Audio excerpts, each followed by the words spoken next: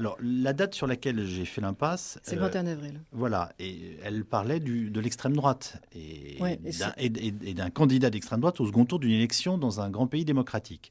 Il se trouve que depuis, son audience n'a cessé de baisser.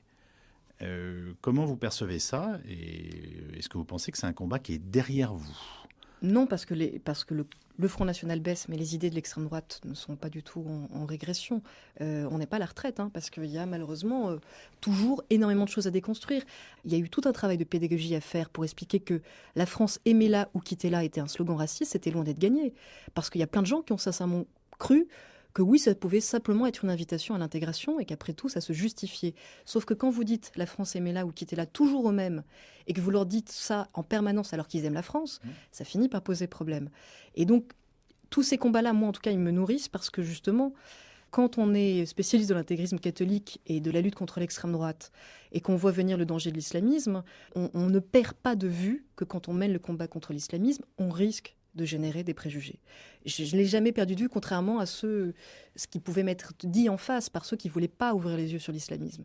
Donc le choc des préjugés, pour moi, c'était une réponse aussi à ça. C'était une façon de dire, je continue de mener la vigilance contre l'islamisme, mais à 6 mois de l'élection présidentielle, je me sens une responsabilité, c'est de ne pas laisser des interprétations politiques erronées instrumentaliser cette vigilance contre l'islamisme. Donc si vous pensez que Nicolas Sarkozy ou que Philippe de Villiers, par exemple, sont des antidotes à la montée des intégrismes et du communautarisme et des antidotes laïques, ce qui est quand même à mourir de rire, particulièrement pour Philippe de Villiers, mais même pour Nicolas Sarkozy, quand on a lu son livre « La République, les religions, l'espérance », qui est sûrement le plaidoyer le plus hostile à l'esprit de la loi de 1905, qu'a écrit un responsable politique depuis très longtemps. Donc le choc des préjugés, c'était aussi ma façon de dire « je ne perds pas de vue », que quand on dénonce, on peut être dans un contexte où la parole est récupérée. Et je continue à penser que le seul sillon possible contre les intégrismes, c'est celui de la laïcité et pas celui, par exemple, de la politique sécuritaire. Alors à partir du moment où on décide de passer un nonobstant avec vous et que même on a trappé des tas de choses dont on avait envie de parler, je l'ai dit au début de l'émission, et il y a quelque chose qui est essentiel dans votre engagement, dans votre travail, et qui va plus loin que ça, puisque vous l'avez expliqué tout à l'heure, Fiametta Wener, qui partage votre vie, est la directrice du journal, et vous l'avez fondé ensemble, ça s'appelle Prochoix. Comment c'est né Prochoix? Et j'avais envie de vous dire à quoi ça sert avant qu'on se sépare. Ça sert à tout ça. Prochoix, d'abord, c'est né en 97, donc ça fait déjà plus de 11 ans. C'est une revue dans laquelle moi j'ai d'abord trouvé l'espace qui me manquait quand j'avais pas la chance de pouvoir travailler au Monde, à France Culture, à Charlie Hebdo et faire des livres, c'est-à-dire un espace de totale liberté avec beaucoup de place pour exposer à la fois les enquêtes et les analyses qu'on avait envie de produire avec Fiametta, qui a écrit beaucoup de livres sur l'extrême droite et sur les opposants à l'avortement.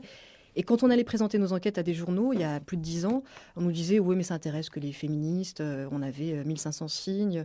Et nous, on avait énormément de matière. Donc, on était très frustrés. Donc, cette revue, elle est née de cette envie de temps pour enquêter et d'espace pour expliquer. Et elle s'est élargie au fur et à mesure des combats qu'on a menés. Donc, effectivement, au début, beaucoup sur les anti-avortements, puis beaucoup sur les anti-pax, puis beaucoup sur la question du voile et de la loi sur les signes à l'école publique. Aujourd'hui, beaucoup sur la question de Nicolas Sarkozy et de ses atteintes à la laïcité.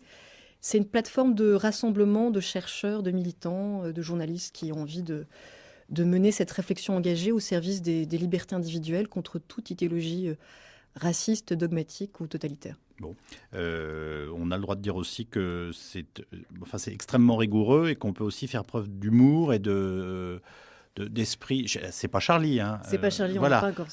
On n'est pas dans l'esprit de sérieux au mauvais sens du terme. On essaie d'avoir une écriture.